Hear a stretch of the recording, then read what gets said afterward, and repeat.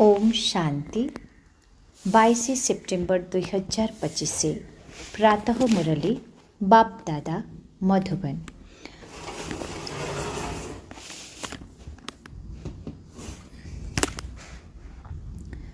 परम शिक्षक शिव भगवान वाच मीठे बच्चे निज हृदय रे हाथ रखी निजे निजको पचार जे बाबा जहाँ शुणाउछन्ति कण आमे सबु पूर्वरु जानिथिलु। जहाँ शुणिछ ताकू अर्थ सहित बुझी खुशी रे रुह।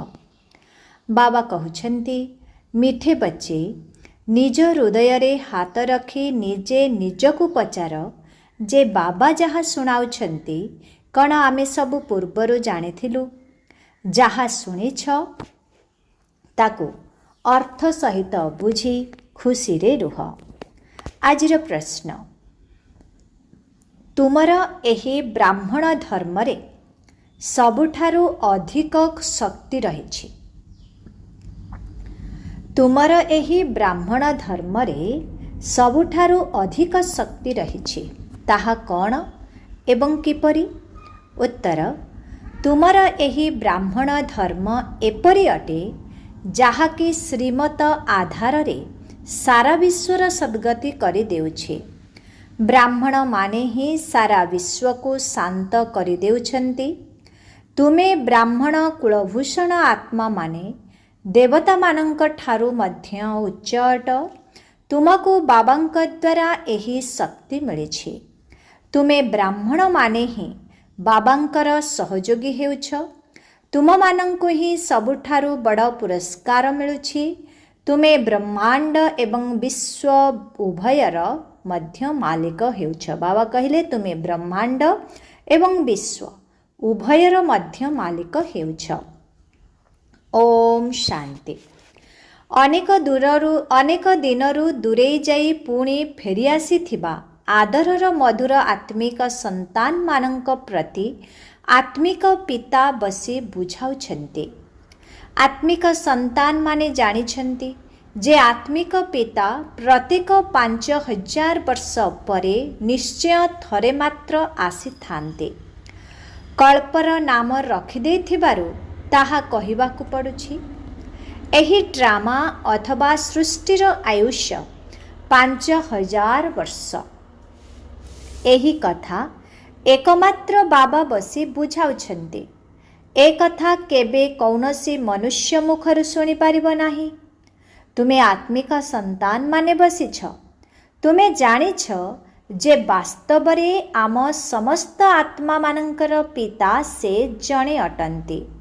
बाबा ही बसी पिला मानंको निजर परिचय देउछन्ति जहा कौनसी मनुष्य मात्र जानि नाहन्ति। काहाको हेले जणा नाही भगवान अथवा ईश्वर किए जहाँकु कि गॉड फादर पिता बोली कहउछन्ति। तेणु बहुत स्नेह रहिबा दरकार। सी बेहदर बाबा अटन्ति।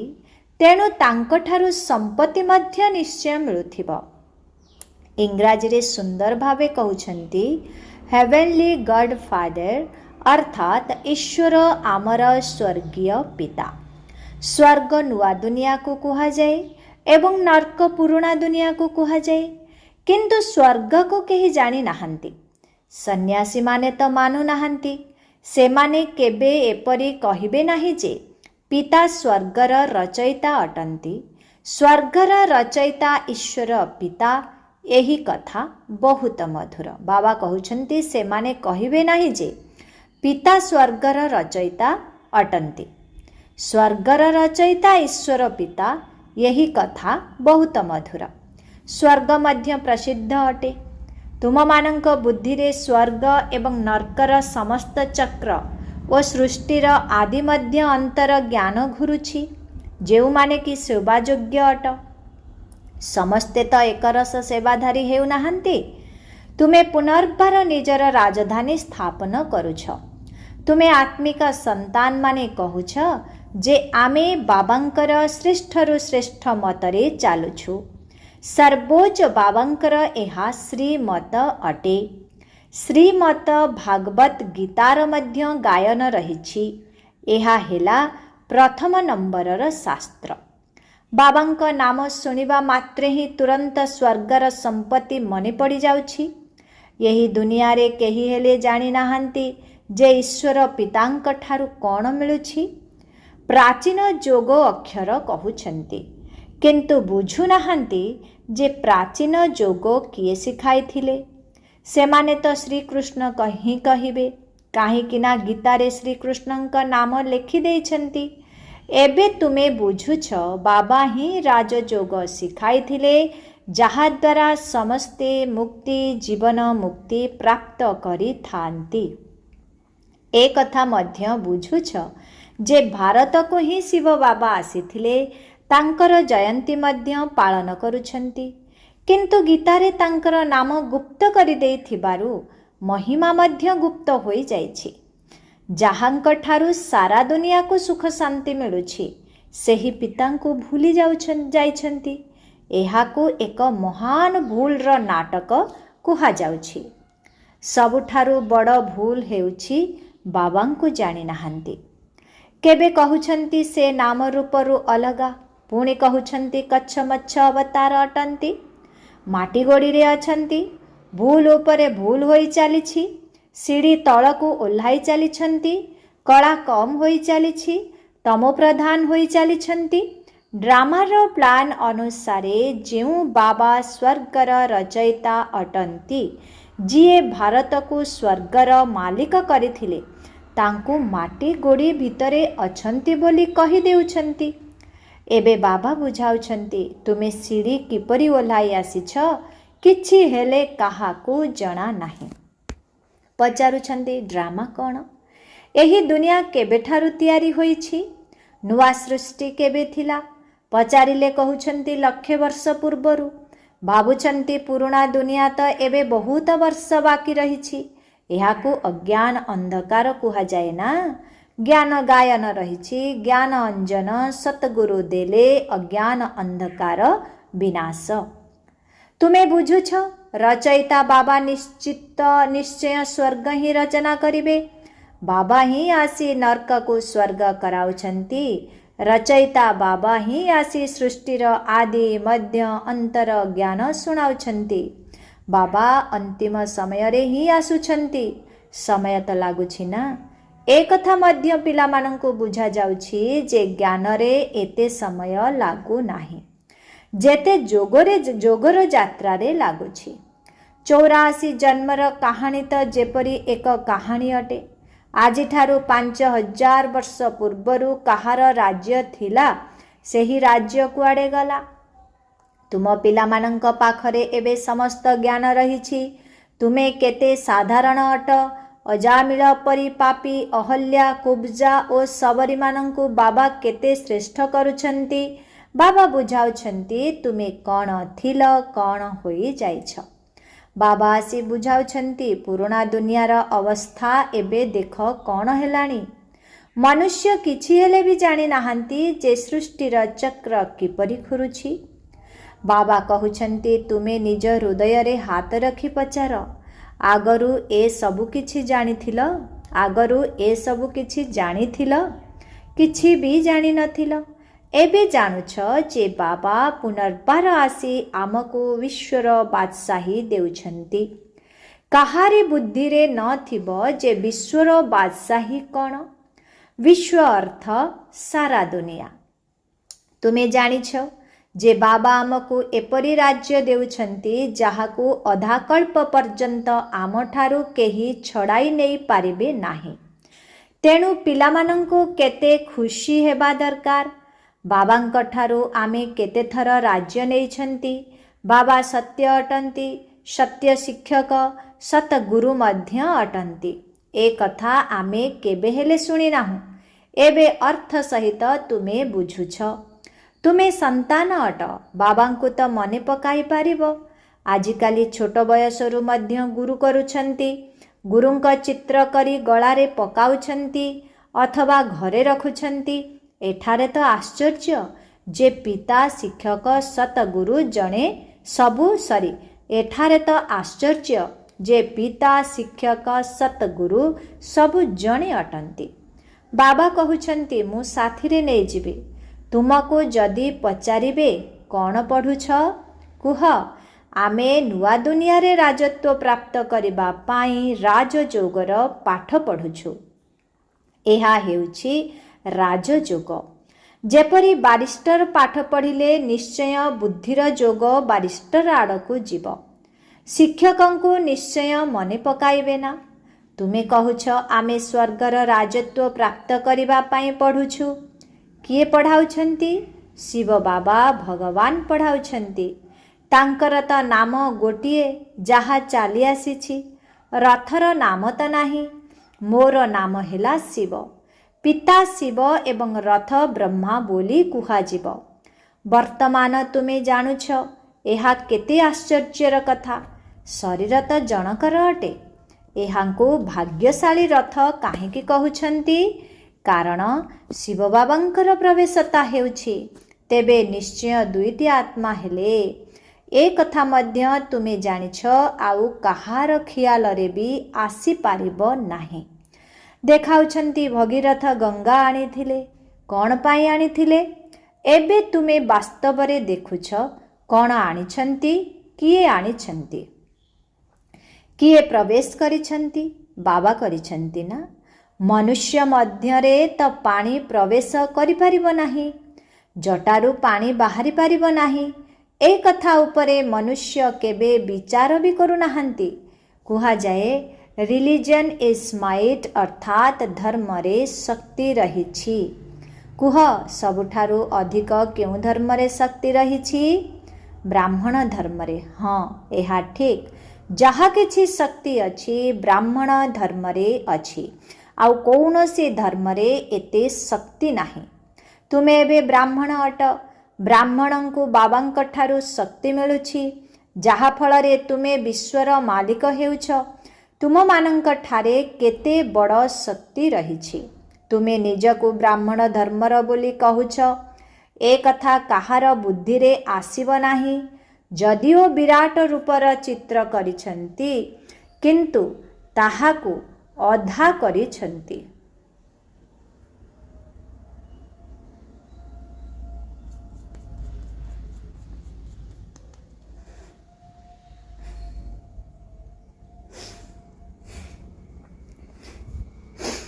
ମୁଖ୍ୟ ରଚୟିତା ଏବଂ ତାଙ୍କର ପ୍ରଥମ ରଚନାକୁ କେହି ଜାଣିନାହାନ୍ତି। ବାବା ହେଉଛନ୍ତି ରଚୟିତା, ପୁଣି ବ୍ରାହ୍ମଣ ହେଲେ ଚୁଟି, ଅର୍ଥାତ୍ ସବୁଠାରୁ ଶ୍ରେଷ୍ଠ। ଏଥିରେ ଶକ୍ତି ରହିଛି।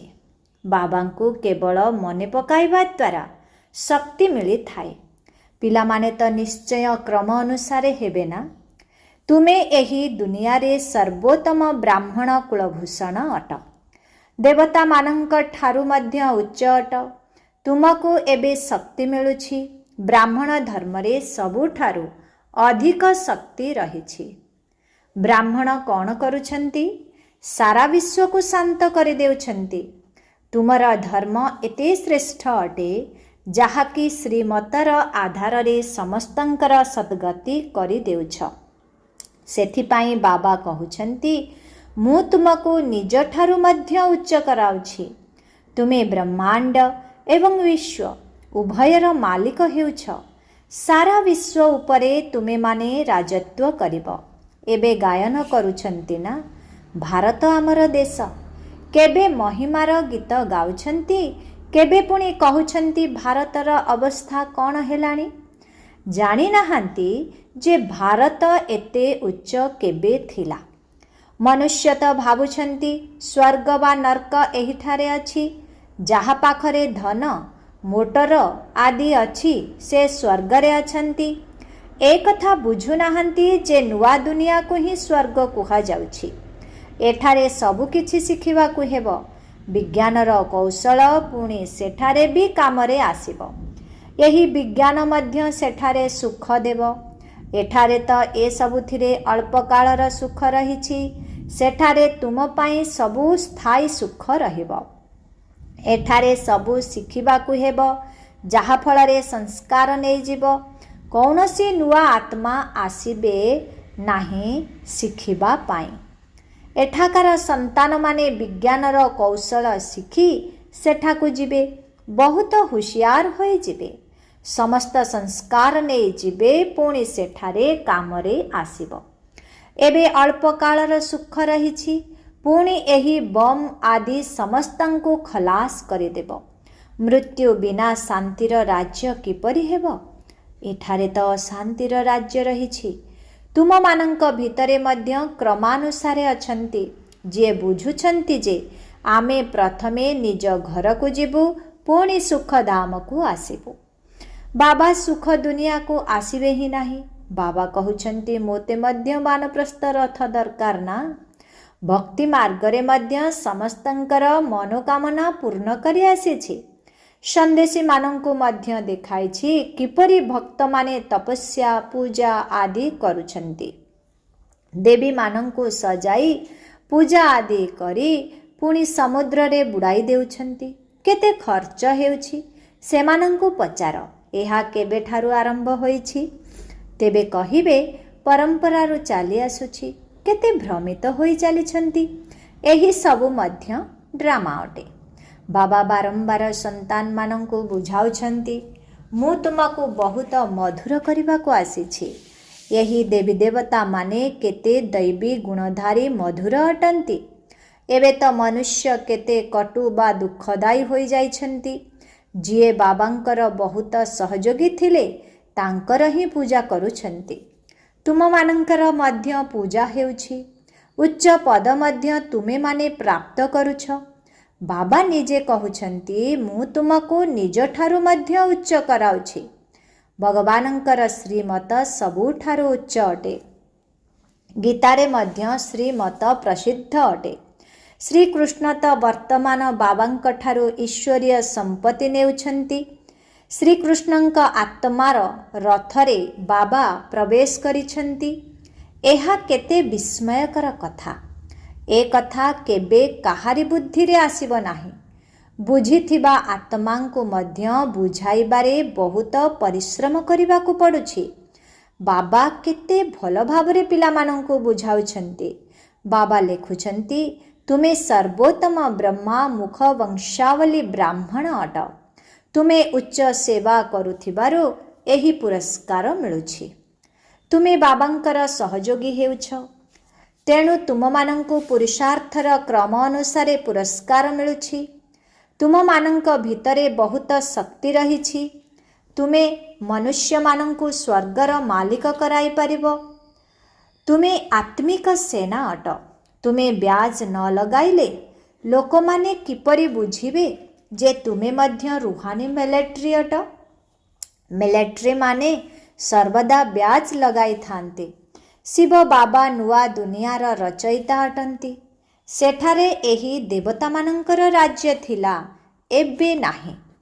ପୁଣି ବାବା ମନ୍ମନା ଭବ କହୁଛନ୍ତି, ଦେହ ସହିତ ସବୁ ସମ୍ବନ୍ଧ ତୁଟାଇ ମୋତେ ମନେ ପକାଇଲେ ଶ୍ରୀକୃଷ୍ଣଙ୍କ ରାଜବଂଶରେ ଆସିଯିବ।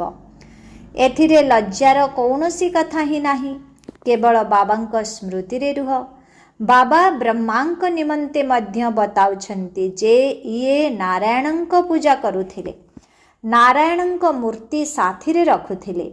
ଚଲାବୁଲା କରିବା ସମୟରେ ତାଙ୍କୁ ଦେଖୁଥିଲେ। ଏବେ ତୁମ ପିଲାମାନଙ୍କ ପାଖରେ ଜ୍ଞାନ ଅଛି। ବ୍ୟାସ ତ ନିଶ୍ଚୟ ଲାଗି ରହିବା ଉଚିତ। ତୁମେ ହେଉଛ ନରକୁ ନାରାୟଣ କରିବା ବାଲା। ରାଜଯୋଗ ମଧ୍ୟ ତୁମେ ହିଁ ଶିଖାଉଛ। ନରରୁ ନାରାୟଣ କରିବାର ସେବା କରୁଛ। ତେଣୁ ନିଜକୁ ଦେଖିବା ଉଚିତ ଯେ ମୋ ଭିତରେ କୌଣସି ଅବଗୁଣ ନାହିଁ ତ? ତୁମେମାନେ ବାପଦାଦାଙ୍କ ନିକଟକୁ ଆସିଛ। ବାବା ହେଉଛନ୍ତି ଶିବ ବାବା, ଦାଦା ହେଉଛନ୍ତି ତାଙ୍କର ରଥ। ବାପା ନିଶ୍ଚୟ ରଥ ଦ୍ୱାରା ହିଁ ମିଶିବେ ନା। ବାବାଙ୍କ ପାଖକୁ ରିଫ୍ରେଶ ହେବା ପାଇଁ ଆସୁଛନ୍ତି ନା। ସମ୍ମୁଖରେ ବସିବା ଦ୍ୱାରା ମନେ ପଡ଼ୁଛନ୍ତି। ବାବା ଘରକୁ ଫେରାଇ ନେବା ପାଇଁ ଆସିଛନ୍ତି। ବାବା ସମ୍ମୁଖରେ ବସିଛନ୍ତି। ତେଣୁ ଅଧିକ ମନେ ପଡ଼ିବା ଉଚିତ। ନିଜର ଯୋଗର ଯାତ୍ରାକୁ ସେଠାରେ ଘର ପରିବାରରେ ରହି ମଧ୍ୟ ତୁମେ ପ୍ରତ୍ୟହ ବଢ଼ାଇ ପାରିବ। ଆଚ୍ଛା, ମିଠେ ମିଠେ ଶିଖିଲାଦି ସନ୍ତାନମାନଙ୍କ ପ୍ରତି ମାତ୍ ପିତା ବାପ୍ ଦାଦାଙ୍କର ମଧୁର ସ୍ନେହ ସମ୍ପନ୍ନ ଶୁଭେଚ୍ଛା ଏବଂ ସୁପ୍ରଭାତ। ଆତ୍ମିକ ପିତାଙ୍କର ଆତ୍ମିକ ସନ୍ତାନମାନଙ୍କୁ ନମସ୍ତେ। ଆତ୍ମିକ ସନ୍ତାନମାନଙ୍କର ଆତ୍ମିକ ପିତାଙ୍କୁ ଓମ୍ ଶାନ୍ତି, ଗୁଡ୍ ମର୍ଣ୍ଣିଂ। ନମସ୍ତେ ନମସ୍ତେ ନମସ୍ତେ ନମସ୍ତେ ନମସ୍ତେ। शुक्रिया बाबा, शुक्रिया। ओम शांति, ओम शांति, ओम शांति। धारणा पाई मुख्य सार 1 नंबर। निजको देखिबा उचित जे मो भितरे कौनसी अवगुण नाही तो मु देवता मानंक भली मधुर हेलिणी। 2 नंबर। बाबांकर श्रेष्ठरु श्रेष्ठ मतरे चाली निज राजधानी स्थापन करबाकू हेबो। योग्य सेवाधारी हेबा पाई सृष्टिर आदि मध्य अंतर ज्ञान स्वर्ग एवं नरकर ज्ञान को बुद्धि रे चिंतन मंथन करबाकू हेबो। आजिर वरदान ईश्वरीय सेवाधारीर स्मृति द्वारा सहज स्मृतिर अनुभव करुथिबा सहज योगी हुआ। ईश्वरीय सेवाधारीर स्मृति द्वारा सहज स्मृतिर अनुभव करुथिबा सहज योगी हुआ। ईश्वरीय सेवाधारीर अर्थ हेला ईश्वर अर्थात बाबा जो सेवा देइछंती सेही सेवारे सर्वदा तत्पर होई रहुथिबा आत्मा। ईश्वरीय सेवाधारीर अर्थ हेला ईश्वर अर्थात बाबा जो सेवा देइछंती सेही सेवारे सर्वदा तत्पर होई रहुथिबा आत्मा। सर्वदा एही निशा रहिथाउ जे स्वयं परमात्मा मोते सेवा देइछंती तेबे कार्य करिबा समयरे जिए कार्य देइछंती तांकु केबे भी भूली जाई पारिबो नाही। तेणु कर्मणा सेवा करिबा समयरे मध्य यही स्मृति रहुजे बाबांकर निर्देश अनुसारे सेवा करुछि ताहा द्वारा सहजरे मने पकाइबार अनुभव करी सहज योगी होई जिवो। आजिर स्लोगन जदि सर्वदा ईश्वरीय विद्यार्थी जीवनर स्मृति रहिबो तेबे माया निकटकू आसी पारिबो नाही। जदि सर्वदा ईश्वरीय विद्यार्थी जीवनर स्मृति रहिबो तेबे माया निकटकू आसी पारिबो नाही। ओम शांति। आजिर अव्यक्त इशारा एबे लगनर अग्नि को प्रज्वलित करी जोग को ज्वाला रूप कर। स्थापना कार्य निमित्त होइथिबा आत्मा माने जेते जेते ज्वाला रूप धारण करिबे सेही अनुसारे विनाशर ज्वाला प्रत्यक्ष हेबाकू लागिबो। संगठित रूपरे ज्वाला स्वरूपर जोग ही विश्वर विनाशर कार्य को संपन्न करिबो। एथिपाई प्रत्येक सेवा केन्द्र रे विशेष भावरे जोगर कार्यक्रम चलिबा दरकार। ताहा हेले विनाशर ज्वाला को पंखा मिलिजिब अर्थात जोगो अग्नि द्वारा विनाशर अग्नि जलिब ज्वाला द्वारा ज्वाला प्रज्वलित हेब। अच्छा, ओम शांति।